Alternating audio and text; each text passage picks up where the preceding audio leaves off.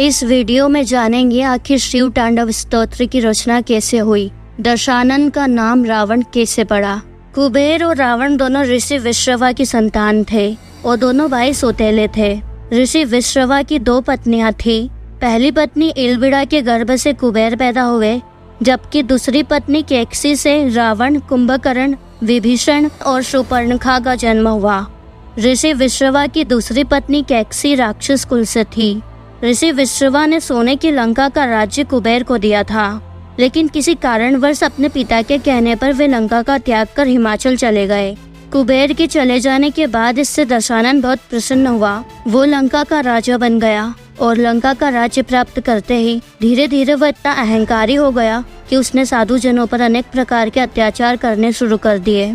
जब दशानन के इन अत्याचारों की खबर कुबेर को लगी तो उन्होंने अपने भाई को समझाने के लिए एक दूत भेजा। उसने कुबेर के कहे अनुसार दशानन को सत्यपथ पर चलने की सलाह दी। कुबेर की सलाह सुन दशानन को इतना क्रोध आया कि उसने उस दूत को बंदी बना लिया और क्रोध के मारे तुरंत अपनी तलवार से उसकी हत्या कर दी। कुबेर की सलाह से दशानन इतना क्रोधित हुआ कि दूत की हत्या के साथ ही अपनी सेना लेकर कुबेर की नगरी अलकापुरी को जीतने निकल पड़ा और कुबेर की नगरी को तहस नहस करने के बाद अपने भाई कुबेर पर गदा का प्रहार कर उसे भी घायल कर दिया। लेकिन कुबेर के सेनापतियों ने किसी तरह से कुबेर को नंदन वन पहुंचा दिया, जहां वैद्य ने उनका इलाज कर उन्हें ठीक किया। दशानन ने कुबेर की नगरी और उसके पुष्पक विमान पर भी अपना अधिकार कर लिया था और एक दिन वह पुष्पक विमान में सवार होकर शारवन की तरफ चल पड़ा। लेकिन एक पर्वत के पास से गुजरते हुए उसके पुष्पक विमान की गति स्वयं ही धीमी हो गई। पुष्पक विमान की ये विशेषता थी कि वह चालक की इच्छा अनुसार चलता था तथा उसकी गति मन की गति से भी तेज थी। इसलिए जब पुष्पक विमान की गति मंद हो गई तो दशानन को बड़ा आश्चर्य हुआ। तभी उसकी दृष्टि सामने खड़े विशाल और काले शरीर वाले नंदीश्वर पर पड़ी। नंदीश्वर ने दशानन को चेताया कि यहाँ भगवान शंकर क्रीड़ा में मग्न है, इसलिए तुम लौट जाओ। लेकिन दशानन कुबेर पर विजय पाकर इतना दंभी हो गया था कि वह किसी की सुनने तक को तैयार नहीं था।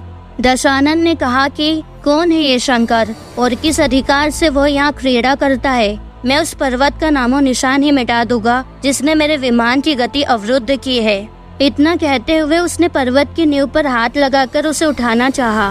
अचानक इस विघ्न से शंकर भगवान विचलित हुए और वहाँ बैठे बैठे अपने पाँव के अंगूठे से उस पर्वत को दबा दिया ताकि वह स्थिर हो जाए। लेकिन भगवान शंकर के ऐसा करने से दशानन की बाहें उस पर्वत के नीचे दब गई। फलस्वरूप क्रोध और जबरदस्त पीड़ा के कारण दशानन भीषण चित्कार कर उठा, जिससे ऐसा लगने लगा मानो प्रलय हो जाएगा। तब दशानन के मंत्रियों ने उसे शिव स्तुति करने की सलाह दी ताकि उसका हाथ उस पर्वत से मुक्त हो सके। तब दशानन ने शिव स्तुति की।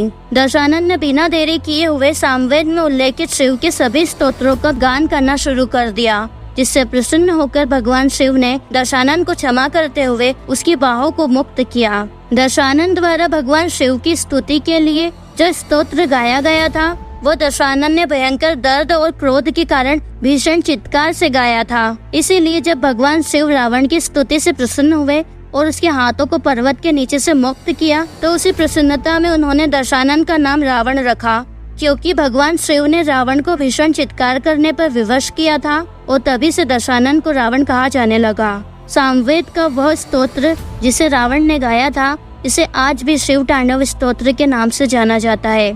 ऐसा माना जाता है कि शिव तांडव स्तोत्र द्वारा भगवान शिव की स्तुति करने से व्यक्ति को कभी भी धन संपत्ति की कमी नहीं होती, साथ ही व्यक्ति को उत्कृष्ट व्यक्तित्व की प्राप्ति होती है, यानी व्यक्ति का चेहरा तेजस्वी बनता है तथा उसके आत्मविश्वास में वृद्धि होती है। शिव तांडव स्तोत्र का प्रतिदिन पाठ करने से व्यक्ति को जिस किसी भी सिद्धि की महत्वाकांक्षा होती है, भगवान शिव की कृपा से वह आसानी से पूर्ण हो जाती है। साथ ही ऐसा भी माना जाता है कि इस स्तोत्र के नियमित पाठ से वाणी सिद्धि की भी प्राप्ति होती है, यानी व्यक्ति जो भी कहता है वो वैसा ही घटित होने लगता है। नृत्य, चित्रकला, लेखन, योग, ध्यान, समाधि आदि सिद्धियां भगवान शिव से ही संबंधित है। इसलिए शिव तांडव स्तोत्र का पाठ करने वाले को इन विषयों से संबंधित सफलता सहज ही प्राप्त होने लगती है। शनि से पीड़ित व्यक्ति को इसके पाठ से बहुत लाभ होता है। साथ ही जिन लोगों की जन्म कुंडली में सर्पयोग, काल सर्पयोग या पितृ दोष होता है, उन लोगों के लिए भी शिव तांडव स्तोत्र का पाठ करना लाभदायी है।